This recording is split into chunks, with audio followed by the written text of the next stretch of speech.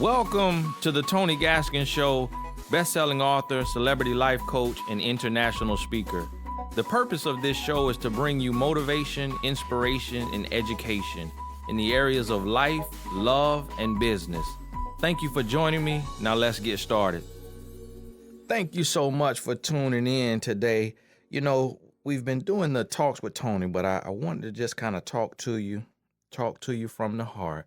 I posted the other day, had a kind of controversial post, and one of my guys, he was like, man, you drew the line in the sand with that one.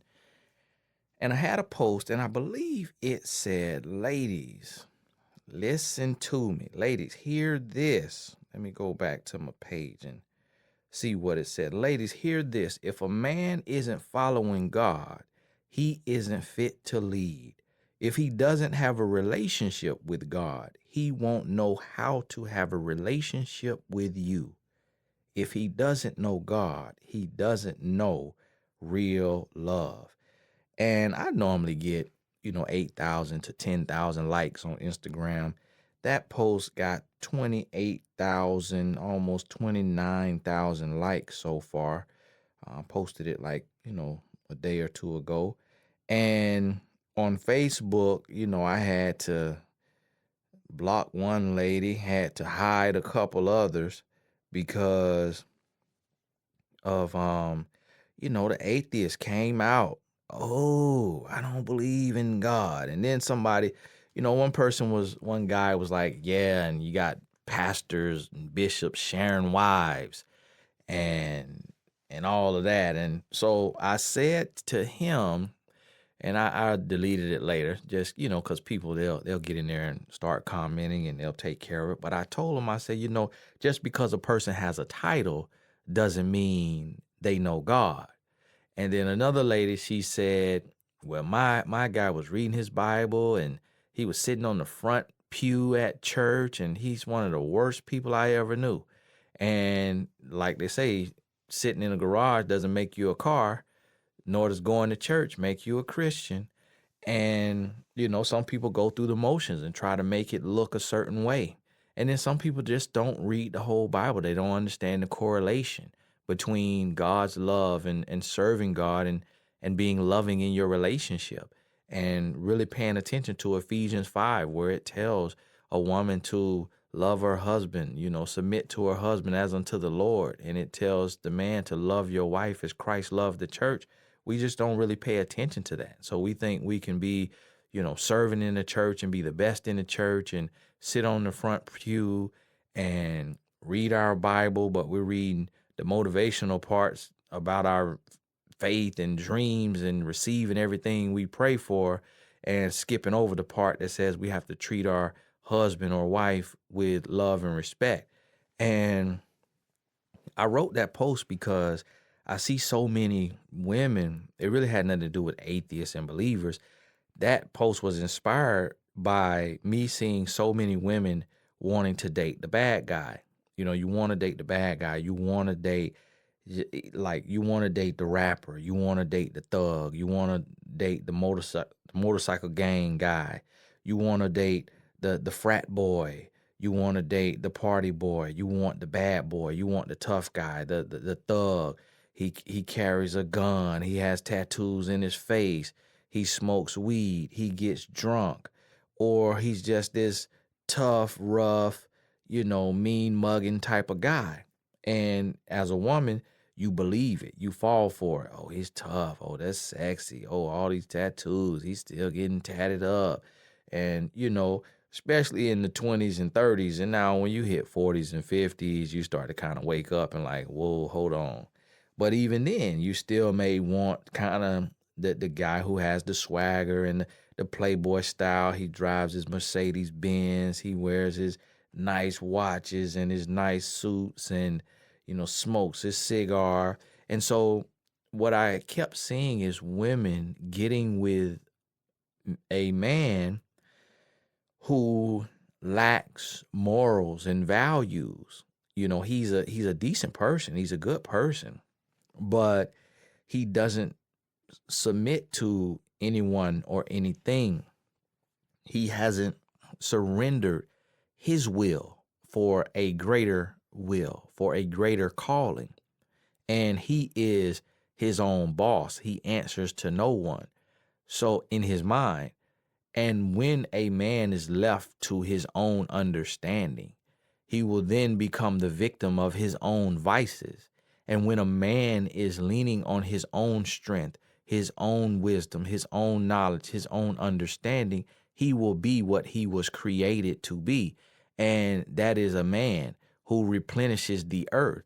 So his sex drive will be through the roof. He will have wandering eyes. You got to remember, David, I believe, who was the man after God's own heart, still was faced with temptation and had, he slept with Bathsheba and had her husband, put on the front line to be killed. And this was, a man after God's own heart. And forgive me if I'm talking about the wrong person, but I believe that's how the story goes. And anyone in the Bible, who was used by God, you still had temptations. You still were, able to sin. Only perfect example we have is Jesus Christ. But even Jesus could have been perceived the wrong way. And Jesus was talking to the prostitute or the loose booty woman at the well. And when he told her, yeah, you don't just have one husband, you have 5 husbands or something like that. And then he had the other woman who came to wash his feet. I mean, just picture that. Picture me sitting there, me being this prominent speaker, picture, a Joe Osteen. And then picture a woman coming and kissing his feet. What would people say? Picture seeing him standing in the corner at the church talking to a woman that everyone knows she gets around town. You might just assume that, okay, what are they doing? Okay, Joel, I see you. Now, not to equate Joel with Jesus, but what I'm saying is when you equate a leader, a Christian, someone who's everybody's listening to, how could it be perceived if he's talking to this woman who is promiscuous? You could assume some temptation could be in his heart. So when I read that, I'm like, man, okay, Jesus, you didn't get tempted right there. Now you perfect. You are perfect. So maybe you didn't get tempted, but then maybe you can beat that. But most men, we would have been very tempted. So what I'm saying is, if a man who knows God and fears God, like really fears God. And when I say fear, I don't mean like, trembling fear. I mean fear as respect. When a man who fears God still faces temptation and he fears the wrath of God, if that man still faces temptation and some of those men still ignore that fear for God and fall into that temptation, they fall into fornication, they fall into adultery, cheating, they fall into these things. We see several pastors who have been caught in sex sin, several pastors who have been caught being abusive or, abusing drugs or alcohol. And these are leaders. These are men who at some point in their life knew God or wanted to know God. And so when I say that if a man isn't following God, he isn't fit to lead, what I mean by that is that we have to have something bigger than us that gives us direction. Because humans left to ourselves, we will self-destruct. We will self-destruct because of greed, because of lust. The 7 deadly sins, what are they? I believe greed and lust are 2 of them. And I don't know the other 5 right now. But because of those 7 deadly sins and other things like it that are natural in our heart that just come, we will fall victim to those things. We are susceptible to being absolute, complete 100% sinners. When you look at what the people who settled in America did to the Indians who were already here, when you look at what Hitler did to the Jews, when you look at what the whites in America did to the blacks in America in our early early ages of this country, when you leave humans to themselves and they don't understand God, they may quote the Bible. They may quote the Bible. They may go to church. A lot of Ku Klux Klan say they're Christian and God-fearing, but God tells you to love your neighbor.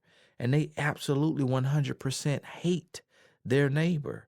They don't even see blacks and Jews and whoever else as their neighbor. But yet they are saying we serve Jesus Christ. I just watched a documentary on the KKK and I was like, wow. But see, that's when a person does not know God and is not really following God and left to their own understanding, left to their own vices, they will self-destruct and they will hurt other people in the process. So not only will they hurt themselves, they'll hurt others. And so that's what I meant by that. And one lady was like, whoa, my husband doesn't follow God, but he's a great man. I want to tell her, give him a few years. And a lot of women are naive to what a man does. So right now I'm in the studio recording. My wife trusts and believes that I am in the studio recording. But I could be with another woman right now. I could record for 30 minutes so I have a podcast. So if she's checking my podcast, she sees that something went up. But then I could be going somewhere else to another woman and wham, bam, thank you, ma'am. 30 minutes in and out and headed on back home. And she would never know. So what keeps me from doing that? I fear God. I fear God. And when I say I fear God, what I mean by that is because I've tapped in to his grace and to his mercy. When I tapped in, I received his blessings and his favor. And when you truly experience the goodness of God, when you remove your doubts, when you remove your worries, when you remove all of the questions that make no sense to you, and you say, I am going to try this God with all of my heart, and I'm going to walk by faith, and I'm going to believe what I am reading. I'm not looking to a pastor for guidance. I'm looking to the word of God, the unadulterated truth, the letter of God, and I'm praying for wisdom, knowledge, and understanding while I'm in this word. And I am going to hold God to his word, and I'm going to hold myself to his word. I'm going to live by his word so that I can reap the reward that he promises me in his word. And see, it's not just about the rewards. It's really about the structure for life. Because if you did not create it, what do you look for? The manual. So people say, well, why do you need God to tell you what to do? You did not create yourself. So you don't have the manual for life. You don't know how to live. You don't know the beginning from the end. You don't know your head from your tail. You don't know the past from the future because you did not create you. So that is why you need something bigger than you. And when you can open this book and you can see the story of the creation of man, which could sound like a fable, but when you read through it and you really study it and you think about this thing now, and you think about this thing like, how can this one book be the best-selling book in the world? How can this book, when they did not have a printing press, be transcribed, be written down and passed around on tablets and passed from age to age, from generation to generation, from person to person, and be put together and have accounts that is divinely inspired? and have ageless wisdom. Have a wisdom that is unimaginable, unquestionable. When you look at every teacher today, Stephen R. Covey, John Maxwell, Tony Robbins, Zig Ziglar, Earl Nightingale, Jim Rohn, all of their wisdom, not their knowledge, but all of their wisdom is Bible-based. So this book, no one is sharing any wisdom that is not Bible-based. The movie The Secret is Bible-based without Jesus Christ. They just removed Jesus Christ, but calling it the law of attraction when that comes from the Holy Bible. So a man thinketh, so he is. That is the Bible. That's not them people on The Secret. So when you have a book like this, and then when you look at other religions, I looked at the Quran. They quote the Bible. They refer to the Bible. I looked at the Watchtower. They quote the Bible. They refer to the Bible. I looked at the Book of Mormon. They quote the Bible. They refer to the Bible. But when you look at the Bible, you will not read in the Holy Bible about the Quran, about the Book of Mormon, about the Watchtower. So if everybody is pulling from this one book, that lets you know this is the true source. So do you want to go to the source or do you want to go to the resource? And see, when you go there, when you understand it, and see, a lot of people say, well, oh, it don't make sense. And oh, this a fairy god in the sky. And oh, this, it just doesn't make sense. And oh, he created from dust. And oh, this and oh, that. The Bible tells you in it that my thoughts are higher than your thoughts. My ways are higher than your ways. He is telling you right there that the creation will never be able to wrap its mind around the Creator. See, this iPhone that I have sitting next to me was created by Steve Jobs. Now, this iPhone does not understand Steve Jobs. It can do a whole lot that Steve Jobs has programmed it to do, but it can only do what it has been programmed to do. If I need a new version, it has to be programmed. It cannot recreate itself. It cannot update itself. A program has to be written and put in place, and I have to update my phone, which was created by human beings. The Creator, with one stripe of a finger, with one push of a button, with one click of a key, can destroy this phone. This phone will never be bigger, be better, be smarter than a human. It can calculate and do some things, but it is all created by a human. And this is what we have to understand. Just like this phone cannot wrap its mind around Steve Jobs, you will never be able to wrap your mind around God.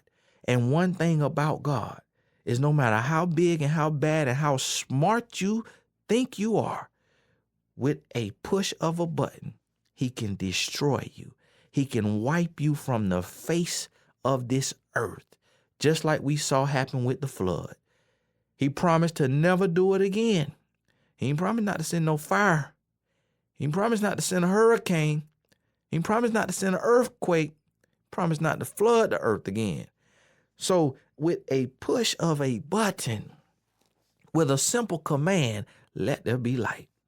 He has control over the world. And see, we get to the point to where we think about it. And to be honest with you, when I really sit and think about it, God does not make sense. It does not make sense at all. But when I believe and when I walk by faith, guess what? When I walk by faith and I say, Lord, you told me in your word that you clothe the lilies of the field and that you feed the fowls of the air. So how much more will you do for me, your child? You told me that. So, Lord, I'm in need. I'm in need. And Lord, I need you to send a blessing out of nowhere. Lord, I need a blessing. Lord, my phone bill is due tomorrow, and I need a blessing. Now, look, listen to me now. Listen to me. Listen to me. I have been in that position over and over and over again.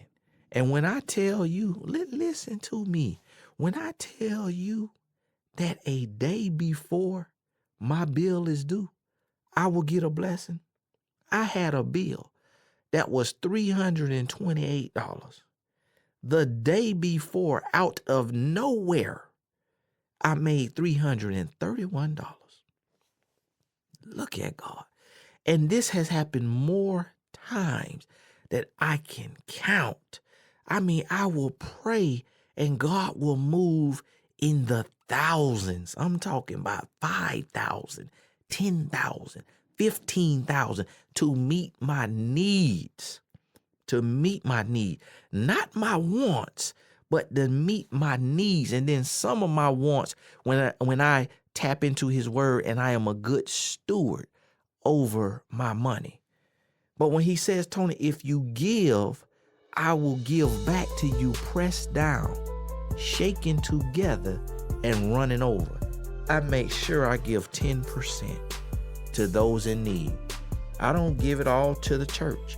Sometimes I don't give any of it to the church. Sometimes I see the need and I meet the need because I am the church. Because we the body of Christ. I don't need four walls to define my Christianity.